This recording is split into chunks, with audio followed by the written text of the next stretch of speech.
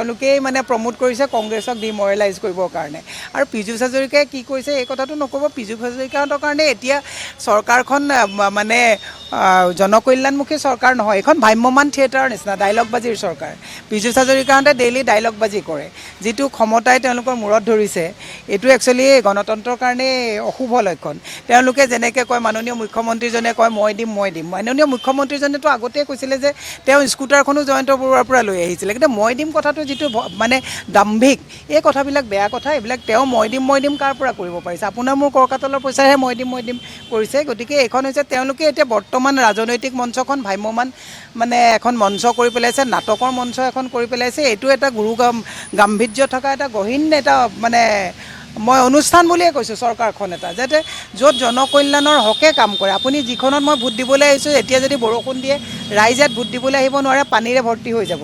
গতিকে এইবিলাকৰ ঊৰ্ধত গৈ সঁচা অৰ্থত তেওঁলোকে ৰাইজৰ কাম কৰক, তাৰ কাৰণে মই আহ্বান জনাইছোঁ।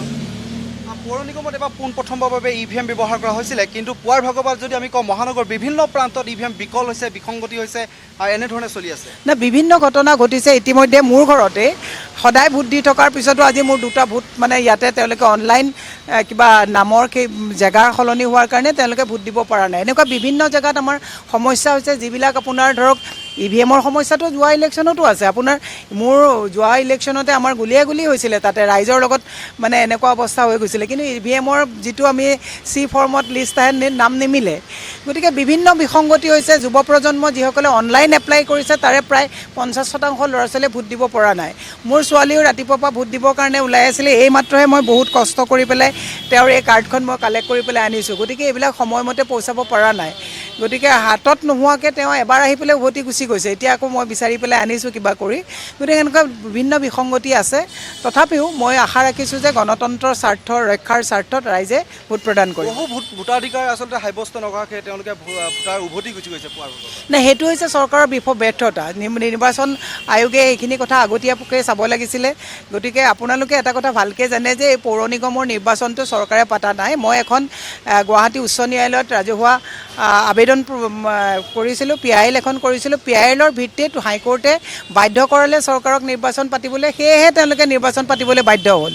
গতিকে মই আজি মহামান্য আদালতৰ ওচৰত চিৰকৃতজ্ঞ যে ৰাইজৰ যিখিনি GMCক লৈ পেলাই আশা ভৰসা আছে, অন্ততঃ মহামান্য আদালতে নিৰ্বাচন পাতিবলৈ চৰকাৰক বাধ্য কৰালে। কিন্তু যিবিলাক বিসংগতি থাকিলে, এতিয়াও ভোট দিবৰ কাৰণে বহু মানুহৰ মানে কোনোবাই চিৰিয়েল নম্বৰ বিচাৰি পোৱা নাই, কোনোবাই কিবা বিচাৰি পোৱা নাই, এইবিলাকক লৈ যে আৰু অলপ চৰকাৰ প্ৰম্পট হ'ব লাগিব। চৰকাৰক দোষীও লাভ নাই।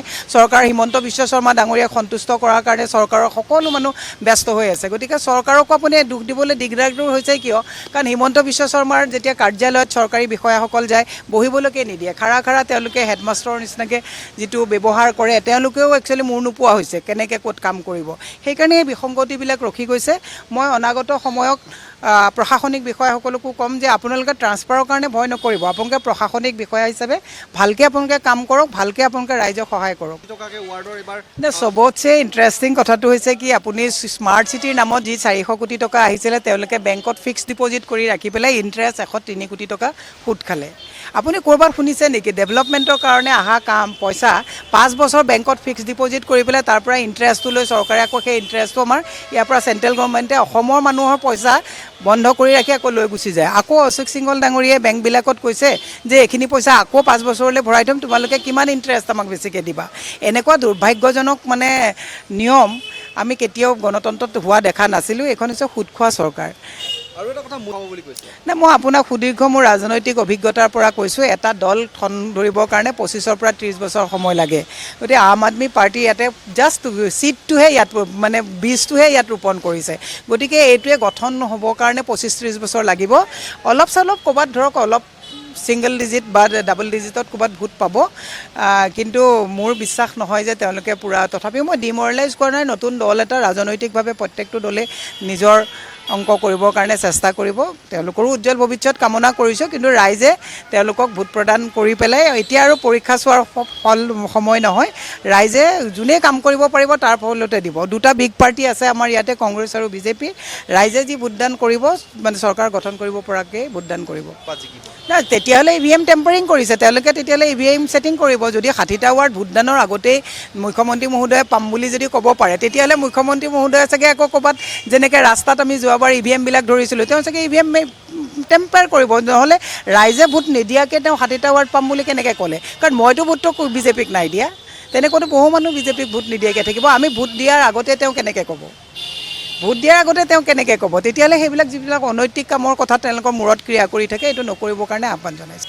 মই গুৱাহাটীবাসীৰ বাবে আজি যিহেতুকে কাক ভোট দিব কোৱাটো উচিত নহয় গতিকে মই গুৱাহাটীবাসী ৰাইজক এটা কথা কৈছোঁ যে বৰষুণ দিলে আহিব নোৱাৰে খোৱা পানীৰ ব্যৱস্থা নাই আজি তাৰিখত গুৱাহাটীৰ ৰাইজৰ ঘৰত অতিথি আহিলে আগতে আমি মাহী পাহে আহিলে খুব ধুনীয়াকৈ ঘৰত ৰাখিছিলোঁ আজিকালি অতিথি আহিলে ভয় লাগি যায় কাৰণ পানী দিব নোৱাৰোঁ বাথৰুমত আমি পানী দিব নোৱাৰোঁ গতিকে গুৱাহাটীবাসী ৰাইজৰ কাৰণে কৈছোঁ পানী প্ৰাণীৰ প্ৰাণ যিখন চৰকাৰে পানী দিব পৰা নাই গতিকে আপোনালোকে সঠিক সিদ্ধান্ত ল'ব বুলি মই গুৱাহাটীবাসী ৰাইজলৈ আহ্বান জনাইছোঁ আৰু স্মাৰ্ট চিটিৰ নামত যিটো ৰামঠগন দিছে কেৱল মাটিৰ দাম বঢ়ালে উন্নয়ন একো নহ'লে দলংবিলাক এফালৰ পৰা বনাইছে এফালৰ পৰা আনটেণ্ডাৰ্ড যিবিলাক চিডিল নোহোৱাকৈ যিবিলাক ফ্ৰুট ব্ৰিজ বনাইছে আকৌ ভাঙিছে আৰু হিমন্ত বিশ্ব শৰ্মাই যিবিলাক ব্ৰিজ বনাই আছে মই আগৰ পৰাই কৈছোঁ Himanta Biswa Sarma is a contractorship minister buildership minister গতিকে তেওঁ কণ্ট্ৰেক্ট কৰি ভাল পায় কনষ্ট্ৰাকশ্যন কৰি ভাল পায় গতিকে কনষ্ট্ৰাকশ্যনে কৰিছে ইনফ্ৰাষ্ট্ৰাকচাৰ নাই এবাৰ পাতে এবাৰ ভাঙে এইবিলাক আমাৰ পইচাৰ যিটো অপব্যৱহাৰ হৈ আছে এইবিলাকৰ প্ৰতি সঠিক সিদ্ধান্ত ল'বৰ কাৰণে ৰাইজক মই আহ্বান জনাইছোঁ এবাৰ কিমানখন পৌৰসভা নিগমৰ আমি বিশ্বাস ৰাখিছোঁ যে কংগ্ৰেছে উপযুক্তভাৱে আমি যাতে পৌৰ নিগম গঠন কৰিব পাৰোঁ ৰাইজে আমাক ভোটদান কৰিব